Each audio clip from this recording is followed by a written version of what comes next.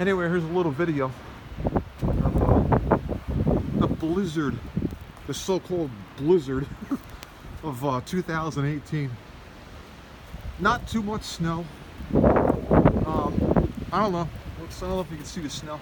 That's about 8 inches or so. About 8 inches.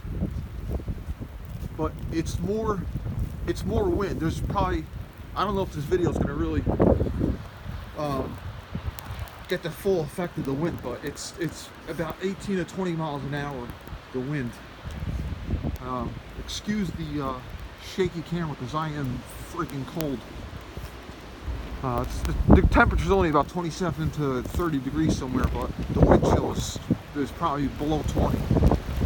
But it is freaking windy, man. The wind is really killing this and making this snow really bad. But not, like I said, not too much snow, but the wind really sucks. Now I'm in northern New Jersey, Newfoundland, New Jersey to be exact. And it is just woo! Almost got blown away. The wind just sucks. I'm just kind of half in my garage right here. Hold on. I'm half in my garage and half out right now. But yeah, this is it. Big blizzard of 18.